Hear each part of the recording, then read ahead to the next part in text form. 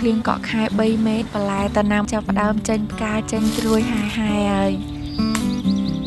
ខ្ញុំខំថាបានភ្លៀងចឹងបន្លែតាមលបងអត់ខ្វះទេធ្វើសឡប្រហើហូបតែមានតនអមអ្នកចិត្តខាងណាគាត់បោចខ្ទេចអស់លេងមកខ្ញុំទៅក្រោយសឹងថាអត់មានបន្លែស្ល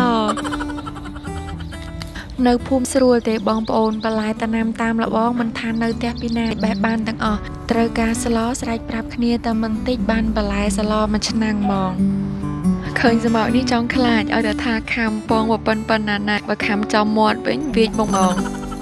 ថ្ងៃនេះធ្វើសឡប្រហើមុននឹងបេះបន្លែខ្ញុំត្រាំកសិនទ្រាំទៅបេះបន្លែហើយអង្គរីកល្មមបន្លែធម្មជាតិចឹងល្អហើយតែអាចទុកចិត្តបានទាំងអស់ដែរពួកមានតកូវមានអាចចៃពិសេសសនៅតាមស្លឹកក៏ពេលចិត្តលាងសម្អាតបងប្អូនកុំភ្លេចពិនិត្យឲ្យបានគ្រប់ជ្រុងជ្រោយមែនតែនទៅម្ហូបមុខនេះពីតូចខ្ញុំស្អប់ផ្ដើមហើយអត់ចូលចិត្តទេធំកពុល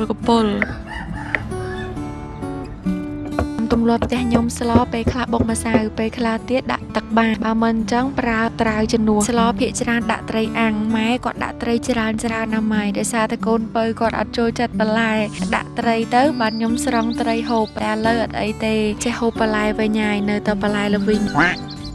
រៀបបន្លែហើយអស់ហើយមុននឹងស្លញ៉ាំទៅដោះគោសិន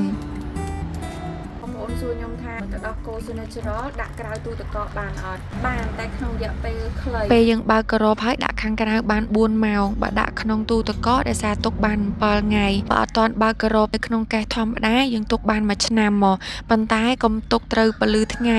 យើងទុកដាក់កន្លែងណាស្ងួតហើយសីតុណ្ហភាពធម្មតាតែខ្ញុំគិតថាបងប្អូនក៏ដូចខ្ញុំដែរទិញហើយគ្មានទុកបាន1ឆ្នាំទេមួយថ្ងៃផឹកឡើងចង់អស់ម្ដងឯហ្នឹងឆ្ងាញ់ញ៉ាំហើយជំនួយកម្លាំងនិងសុខភាពយើងទៀតសម្លប្រហើដាំទឹកបងគល់ស្លឹកគ្រៃអំបិលទុកឲ្យពុះហើយបងប្រហុកចាស់ថាស្លប្រហើប្រហុកច្រើនបានឆ្ងាញ់ពេលពួកគាត់លប្រហើម្ដងក្លិនប្រហុកឈ្ងុយឡើងពី3ភូមិមកតែក្មេងៗអត់សូវត្រូវប៉ាន់នឹងក្លិនប្រហុកបានទេមានអារម្មណ៍ថាខាអញ្ចឹងមានតលៃឲ្យស្របគ្នាក្មេងក៏ញ៉ាំបានចាស់ក៏ពិសាបានស្លប្រហើនេះនឹកម៉ាទឹកគាត់ស្លពី3ដងដឹងថាចៅអត់ចេះហើយស្លញឹកទៀត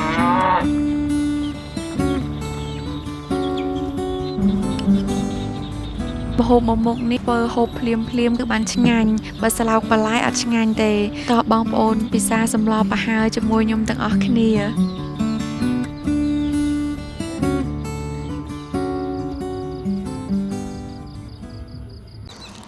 ព្រឹកមិញម៉ែទិញពោះជ្រូកមកធ្វើញោមហូបញោមពោះជ្រូកសួរដេញរកចម្លើយតន់កុំអីញោមពោះជ្រូកខុសស្តង់ដារបានម៉ែគាត់ហៅញោមតែកាពិតគាត់ចង់ហូបបែបភ្លាអត់ចង់ញោមមានបន្លែច្រើនចូលគ្នាទេ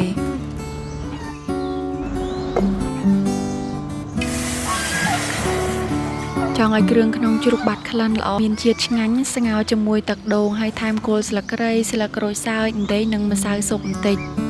ភ្លាពោះជ្រូកធ្វើហូបត្រូវគ្រប់កលៈទេសៈហ្មងមិនថាពេលជួបជុំមិត្តភ័ក្តិគ្រួសារធ្វើជាម្ហូបទទួលភ្ញៀវពេលមានកម្មវិធីអីទេគ្រឿងផ្សំក៏ងាយរកទៀតអត់ត្រូវការច្រើនមានតែជីរណាគល់ស្លឹកគ្រៃខ្ទឹមក្រហមខ្ទឹមសម្ទេសនិងក្រូចឆ្មាជាការស្រេចហើយរៀបចំគ្រឿងផ្សំហាតែពោះជ្រូកឲ្យតន់ឆ្អិនណែនាំសាប៊ូកក់សក់ផលិតផលខ្មែរសិនសាប៊ូកក់សក់ក្លិននេះជាផលិតផលរបស់កូនខ្មែរមានរូបមន្តពីប្រទេសកូរ៉េមានរោងចក្រធំណាស់នៅក្នុងប្រទេសកម្ពុជាការផលិតមានស្តង់ដារខ្ពស់គុណភាពក៏ល្អហើយតម្លៃក៏សមរម្យទៀតមានច្រើនប្រភេទទៅតាមសក់យើងបើសក់ជ្រូកជ្រើសរើសប្រភេទសម្រាប់សក់ជ្រូកមានទាំងសាប៊ូកក់និងក្រែមបន្ទន់ប្រើទាំងពីរមុខចូលគ្នាជួយឲ្យសក់ដុសក្រាស់ទន់ភ្លឺលលោងដូចទៅសៃសូត្រអញ្ចឹង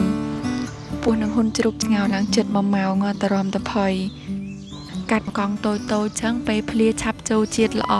គ្រឿងទេសលាយប៊ីចេងទឹកត្រីស្ករត្នោតនិងក្រូចឆ្មាយករសជាតិជូរប្រៃផ្អែមហឹរហើយច្បល់ជាមួយនឹងគ្រឿងដែលយើងបានហាន់ពីដំបូងមានម្ទេសហុយថែមម្ទេសហុយតិចទៀតកាន់តែឆ្ងាញ់ហ្មងតាមចិត្តខ្លួនឯងចង់ទៅដាក់ម្ទេសឲ្យច្រើនតែម៉ែពិសាដែរអញ្ចឹងយកហឹរឡំ